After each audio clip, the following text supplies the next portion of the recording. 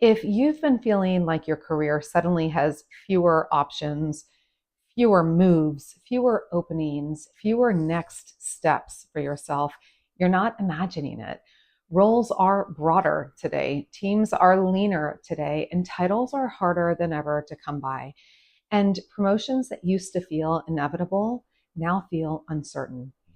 Today, I want to explain what has actually changed inside organizations while waiting no longer works the way it used to, and most importantly, how to position yourself to become what I call RIF-proof in this new reality. Not immune, but strategically protected from a RIF. I am a former SVP and head of HR and have been involved, unfortunately, in hundreds of RIFs over the course of my 20-year career. And I can tell you what the discussions are behind closed doors and what I'd do if I was still in corporate to recession-proof my reputation at work. So for decades, restructures followed a familiar pattern. There would be the reduction, a big disruption, some corporate hype communication about why you should be so proud to be working here, then status quo for a little bit, then growth again, new roles and fresh leadership layers. And in this old cycle, being loyal and waiting for your turn to get tapped for your next role often worked. But in today's climate, that assumption no longer holds. According to research from McKinsey and Co., organizations are no longer redesigning as a one-time response to a crisis. Redesign has become a reoccurring operating reality for many companies. In their June 2025 analysis of more than 2,000 executives, they found at least 2/3 experienced an operating model redesign in the last 2 years. Half of these executives expected another redesign within the next 2 years. This isn't turbulence. It's a new way of working. It's a new game board, and you now have to learn the rules of this new game. Here's the most important shift, and it's the one most professionals misunderstand. Today's redesigns, they're not driven by expansion. They're driven by efficiency, by hyper-focus, by value creation. Leaders are rewarded for flattening their organizations, collapsing layers in their departments, increasing the span of control, doing more with fewer people, even in growth environments. Adding leadership layers like we saw 10 years ago, 15 years ago, is no longer the default solution. From an organizational economic standpoint, this makes perfect sense. But from a career standpoint, it fundamentally changes how you need to position yourself so that you're more than an anonymous name on HR's census, and instead you're someone with enough sponsorship across the organization that you are RIF-proof. Another critical data point from McKinsey is that nearly 80% of these massive redesigns globally are actually fully implemented, and more than 60% achieved most of their intended performance outcomes. And this tells us something really important, that companies are no longer experimenting. I've been a part of a lot of companies where we dipped our toes and never really saw it through. But today, they're locking these structures in, which means waiting for things to go back to how they were. For the pendulum to swing back is no longer a career strategy you can bank on. It's simply a hope, and hope is not a career plan. This is the subtle part, and it's where smart people get stuck. Many professionals assume that their broader scope is a temporary thing, that lateral moves that their boss is executing for them are stepping stones to their next big thing. Execution-heavy roles will lead into leadership again.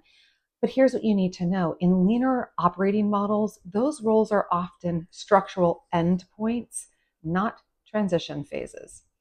The ladder you used to climb is not reliably being rebuilt. They're being replaced with shorter, flatter, more selective pathways. So when you're told, be patient, wait for the next cycle, this lateral move will pay off, the data suggests otherwise. So this isn't a waiting game, it's a redesign game. and redesigns don't open old ladders. Let me be very clear about something. Being RIF-proof does not mean working harder. It doesn't mean being more loyal. It does not mean saying yes to everything or becoming even more indispensable than you already are. In fact, these things are often what make you vulnerable. RIF-proof professionals are differentiated by three things. Number one, they are associated with value creation, not capacity. They are known for judgment, for prioritization, and decision quality, not just output. What most high performers are known for is capacity. They are reliable, they're fast, they're responsive, they're willing to take on more. Their brand is essentially, if there's a lot to do, give it to me. That used to be an asset for them, but in leaner organizations, it's a liability. Why? Because capacity is easy to replace. It's easy to consolidate or, frankly, to cut. RIF-proof leaders are known for value creation. That means when leaders talk about you, they're saying things like, they know what actually matters. They make good calls under pressure. They help us decide what not to do. They improve outcomes, not just throughput. Your reputation shifts from they get a ton done to they improve the quality of our decisions. That's much harder to eliminate from the organization.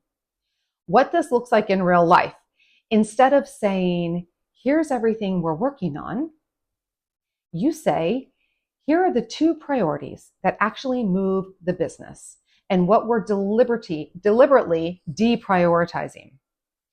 So instead of volunteering for everything, like this will slow X or dilute Y, here's my recommendation. Instead of being the executor, you become the filter. That's value creation. Number two, RIF-proof leaders have visibility beyond their role. Their reputation is not confined to their team or, even worse, only to their manager. What most people assume visibility means is more meetings, more FaceTime with their boss, more words in the meeting. That's role visibility, and it's fragile because if your role changes or disappears or your boss moves on, so does your visibility. What RIF-resilient visibility actually is reputation.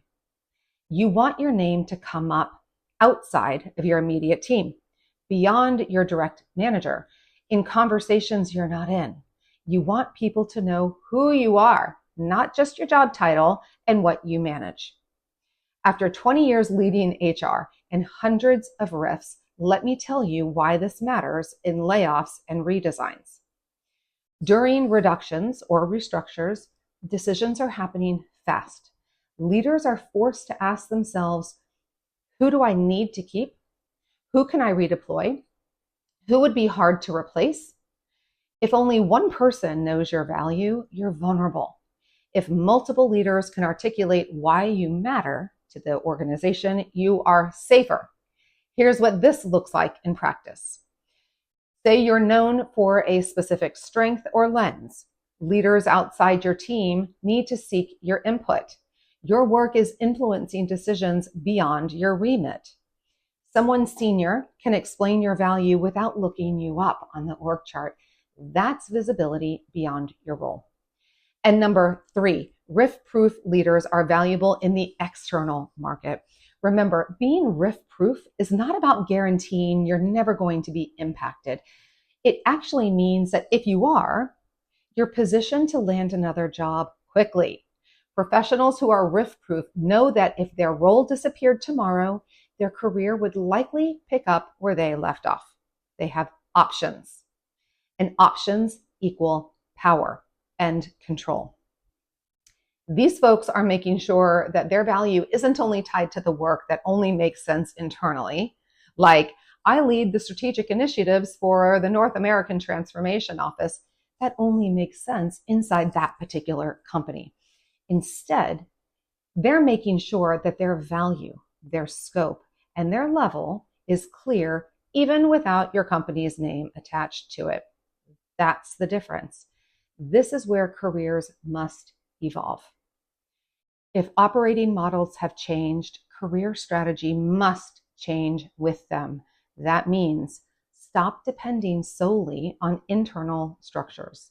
Stop waiting for expansion to validate yourself, and stop assuming tenure is going to protect you.